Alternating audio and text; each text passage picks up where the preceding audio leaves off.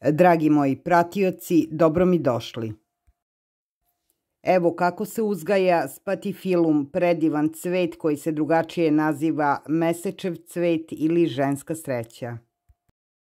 Zbog svojih otmenih belih cvetova koji se elegantno ističu nasuprot sjajnim tamno-zelenim listovima, spatifilum spada u red popularnih dekorativnih biljaka. Osim što ima prelepe cvetove, ovo cveće je vrlo lako za uzgoj i jedna od vrsta sobnog cveća koje prečišćava vazduh. Devojke i žene koje su unosile ovo cveće u svoj dom primećivale su promene koje su se najviše odražavale na ljubavnom polju. Gospođice koje su dugo maštale da pronađu svoju srodnu dušu bi se ubrzo udavale, dok bi se ženama u braku odnos sa svojom jačom polovinom popravio i poboljšao.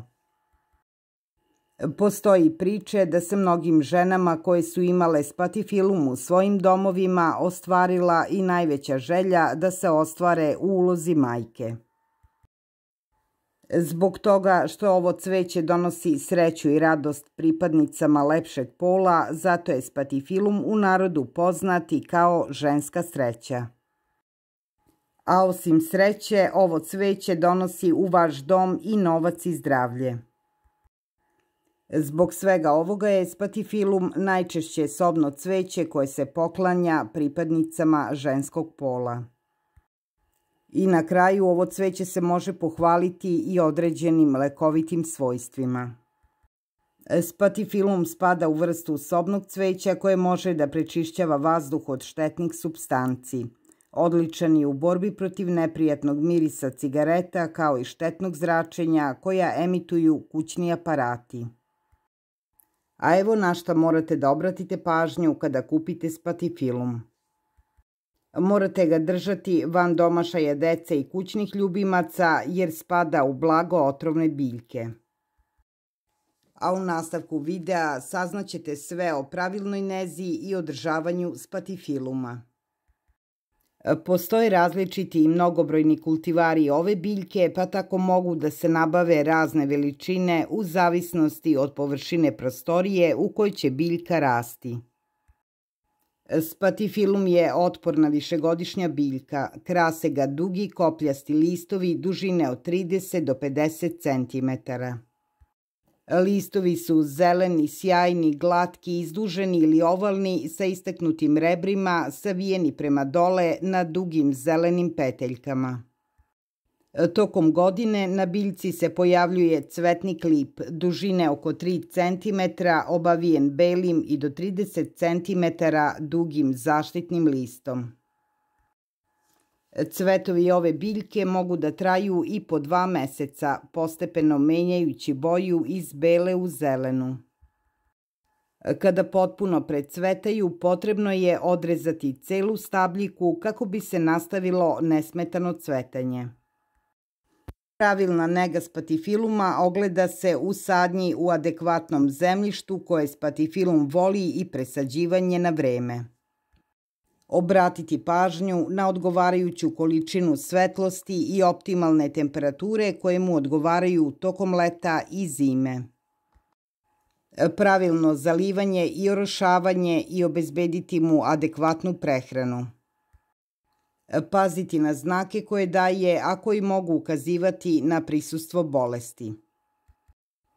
Pravilno razmnožavanje biljke. Spatifilum se sadi u zemlju bogatu humusom ili kompostom uz drenažni sloj šljunka ili kamenčića na dnu saksije. U supstrat možete dodati i malo treseta. Što se prehrane tiče, treba znati da spatifilum ne podnosi hemijski prerađena đubriva. Zato se za njega koristi organsko mineralno đubrivo poput fermentisanog stajnjaka u prahu ili granulama i kompost. Spatifilum voli dosta vode. Potrebno je da saksiju sa biljkom natopite vodom i ostavite da se zemlja osuši do sledećeg zalivanja. Zbog visokih temperatura preporučuje se da spatifilum leti zalivate do 2 puta nedeljno uz obavezno orošavanje, dok je zimi dovoljno jednom nedeljno da ga zalivate. Spatifilum ne voli direktnu sunčevu svetlost, već polusenku. Najbolja pozicija za njih je najmanje 2 metra udaljenosti od prozora ili blago osunčani ćošak vašeg doma.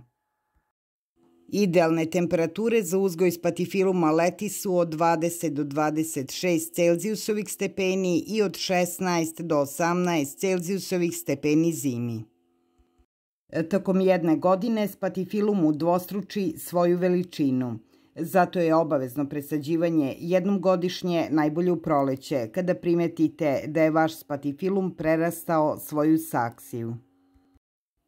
Spatifilum se razmnožava na 2 načina, deljenjem mladih bočnih izbojaka posle cvetanja i semenom.